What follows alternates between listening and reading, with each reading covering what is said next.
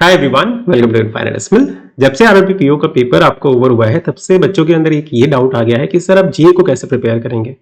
जो आपके upcoming exam है, आरआरबी क्लर्क है, आईबीपीएस पीओ है, एसबीआई पीओ है, उसके लिए क्या मुझे जनवरी से पढ़ना पड़ेगा। एंड ये डाउट कहां से आ रहा है, बिकॉज इस साल जो आरआरबी पीओ का पेपर हुआ है उसमें जीए का सेक्शन बहुत ही अनएक्सपेक्टेड आ गया। डिफिकल्ट नहीं कह सकते, this was full of surprises. Generally GA के फैकल्टीज क्या सजेस्ट करते हैं, या मैं भी सजेस्ट करता हूं कि लास्ट के 4 मंथ्स इज वेरी इंपॉर्टेंट, क्योंकि majority of the question current affair से होते हैं और वो वहीं से आते हैं, तो बच्चे उसी को प्रिपेयर करते हैं and they are able to score decent marks. इस साल क्या हुआ, आरआरबी पीओ में ये भी आपका देखने को मिला है, प्रीवियस ईयर भी देखने को मिला और उससे पहले भी आपका देखने को मिला है कि कुछ क्वेश्चन वो क्या करता है, जनवरी से, मार्च से, अप्रैल से दे देता है। इस साल उसने नंबर ऑफ क्वेश्चन जो है from that particular area, that is जनवरी से जून, बहुत ज्यादा बढ़ा दिए। एंड यहां तक मुझे सुनने को मिला है कि सिर्फ 4 क्वेश्चन ऐसे थे जो लास्ट 4 मंथ से थे, बाकी सारे के सारे क्वेश्चन प्रीवियस मंथ से आए थे जो हमने अच्छे से पढ़ा नहीं था, इसीलिए हमारा अटेम्प्ट जो है जीए में कम है। लेकिन एक इसमें अच्छी चीज है, every cloud has a silver lining, कि अगर पेपर डिफिकल्ट आया है, बच्चों के अटेम्प्ट कम है और अनएक्सपेक्टेड चीजें आ गई हैं, तो कट ऑफ आपका कम जाएगा। तो you don't have to worry about this. मैं एक सेफ अटेम्प्ट का आपको क्राइटेरिया बताने वाला हूं हर एक सेक्शन के लिए। अगर उसके अंदर आप फॉल करते हैं तो आपको नेक्स्ट फेज के लिए कोई टेंशन लेने की जरूरत नहीं है। You have to start preparing for your next exam, that is RRB clerk mains. So ये तो हो गया जीए के लिए। अब एक ये क्वेश्चन कि सर क्या बाकी एग्जाम में भी हमें इस तरीके से ही देखने को मिलेगा, तो देखो आरआरबी में आपका ये पैटर्न ही रहा है कि वो क्या करता है, कुछ क्वेश्चन प्रीवियस मंथ से भी दे देता है। तो इस साल उसने क्या किया, बहुत सारे क्वेश्चन दे दिए। तो क्या यही चीज आपको आईबीपीएस में देखने को मिलेगी? नो बेटा, ऐसा कुछ नहीं है। एसबीआई में भी ऐसा कुछ नहीं होगा। वहां पे भी आप 4 महीने जो करके जाते हैं वो आप आराम से करके जाइए, that is going to help you out. ठीक है। और अगर मान लीजिए ऐसा हो जाता है, आप कर सकते हैं, तो डेफिनेटली आप कीजिए, जनवरी से करिए, कोई प्रॉब्लम नहीं है। लेकिन क्या सभी को ऐसा करना पड़ेगा? सभी के लिए पॉसिबल नहीं है। बहुत सारे बच्चे क्या करते हैं, रिलाई करते हैं लास्ट पार्ट में जीए प्रिपरेशन के लिए, तो अभी भी वो आपका वैलिड है, दैट इज लास्ट 4 मंथ्स। ठीक है, ये चीज आप ध्यान में रखिए। और आईबीपीएस का एक ये रहता है कि एक सेक्शन को मैं सरप्राइज से भर दूं, जिससे कि बच्चा पैनिक हो जाए और पेपर खराब कर ले, और जो इस पैनिक वाली सिचुएशन में हैंडल कर पाएगा वही बच्चा मुझे चाहिए सिलेक्शन।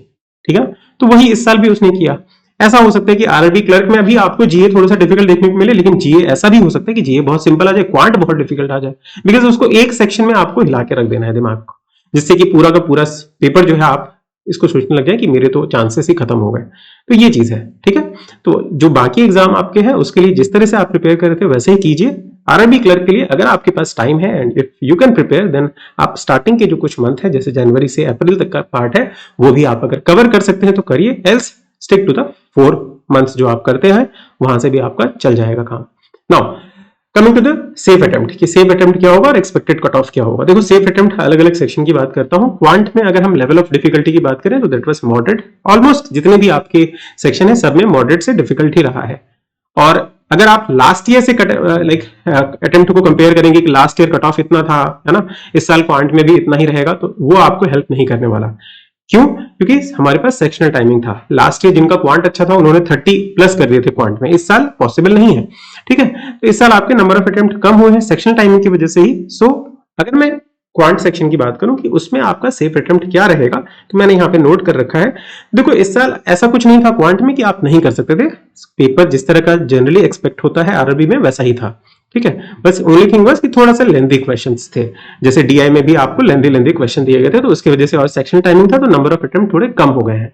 तो मेजॉरिटी ऑफ द बच्चों का जो रेंज है आपके अटेम्प्ट का वो मैं शेयर कर रहा हूं। उसके अंदर अगर आपका स्कोर है तो फिर आपको टेंशन लेने की जरूरत नहीं है। मैं ये नहीं कहूंगा कि मेरा क्वांट बहुत अच्छा है तो मेरा इतना स्कोर होना चाहिए तो आपका भी इतना ही होना चाहिए। नो, मेजॉरिटी के लिए जो होना चाहिए वो आपका मैं बता रहा हूं। ठीक है, तो अगर मैं क्वांट में देखूं जो बच्चों ने आपके अटेम्प्ट करे हैं उनके अटेम्प्ट है लाइक 12 से लेके 15। कुछ बच्चों ने 20 भी प्लस करे हैं, लेकिन वो कुछ ऐसे बच्चे हैं जिनका क्वांट बहुत अच्छा है। ठीक है, तो वो बहुत जल्दी कर लेते हैं, क्लिक हो जाता है, क्योंकि क्वांट में यही है ना कि प्रोसेस आपको क्लिक हो रहा है कि नहीं। तो मेजॉरिटी ऑफ बच्चे जो है उनका अटेम्प्ट क्या है, 12 से 15 नंबर तक का है। तो अगर आप जैसे मान लीजिए 15 प्लस करके आए हैं तो आपको कोई टेंशन लेने की जरूरत नहीं है। ठीक है, even if your attempt is around 14 to 15 then also you are fine. समझ गए। रीजनिंग पे आते हैं। रीजनिंग में भी सेम आपका था, लेवल ऑफ डिफिकल्टी मॉडरेट से डिफिकल्ट एंड सेक्शनल टाइमिंग है तो आप बहुत ज्यादा नहीं कर सकते हैं। लेकिन इसमें भी कुछ बच्चे ऐसे हैं जिन्होंने लाइक 30 भी अटेम्प्ट करे हैं, वो एक्सेप्शन केस है जिनका रीजनिंग बहुत अच्छा है। ठीक है, मैंने जनरली जैसे पजल में ग्रुप में शेयर करता था वो आपका 4-5 मिनट में भी कर देते थे कई बार पजल को। तो वो कुछ ऐसे बच्चे होंगे जिनका रीजनिंग बहुत स्ट्रांग है, तो डेफिनेटली वो बहुत ज्यादा अटेम्प्ट करेंगे। अब एक्यूरेसी के ऊपर सबसे अच्छा गेम होगा यहाँ पे कि आपने एक्यूरेसी पे ध्यान दिया है कि नहीं।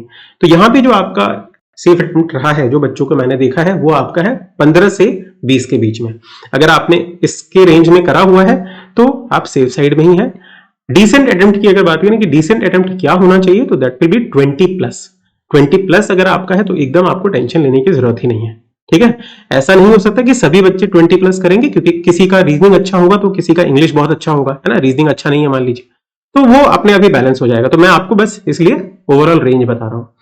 इंग्लिश की बात करते हैं। इंग्लिश वाज नॉट सरप्राइजिंग, ऐसा कुछ भी नहीं था कि आप नहीं कर सकते हैं। हाँ, कुछ बच्चे हिंदी वाले हैं, हिंदी वाले के लिए मेरे पास डेटा नहीं है, तो जो हिंदी आपको पढ़ाते हैं उन टीचर से आप कट ऑफ उनका जान लीजिएगा। इंग्लिश के बारे में बताता हूँ। English was Fairlie easy. RRB PO में आपका इंग्लिश आसान ही आता है, जैसे प्री में आपको देखने को मिलता है एसबीआई में, वैसा आपको यहाँ पे देखने को मिल जाता है।